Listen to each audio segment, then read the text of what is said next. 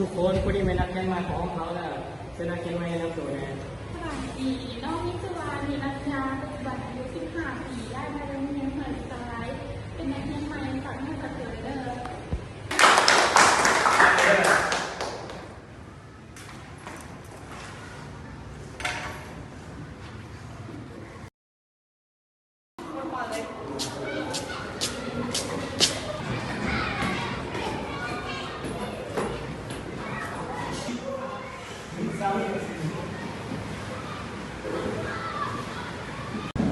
เฮ้ย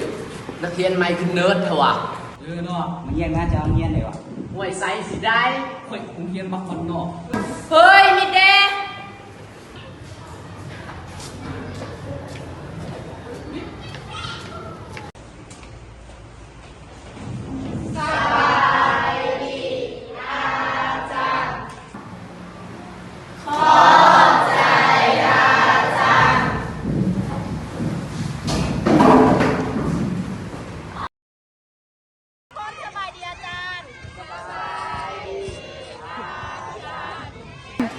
วันนี้เฮาสิมาลิน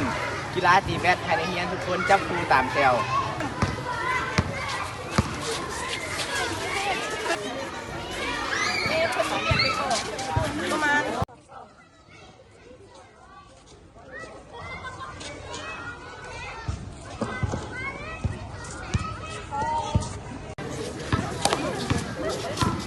ได้กินจริงบ้างไหมเอาสักคนเฮ้ยมึงเบิ้งมันแม่โตนี่ตีหายจังวะหนูเฮ้ยไปเข้าไปเบิ้งมันไป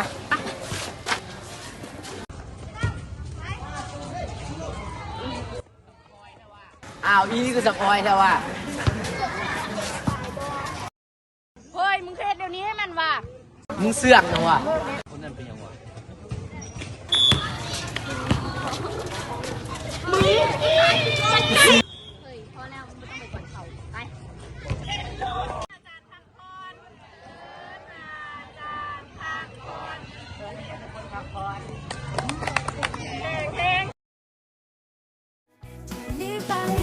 ความฝันเราจะเริ่มต้นความรักที่เรารอคอยความสุขที่เราหา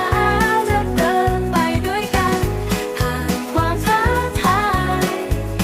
จากนี้ไปความหมายที่เราต้องการจากนี้ไปความฝันของเราจะเริ่มต้น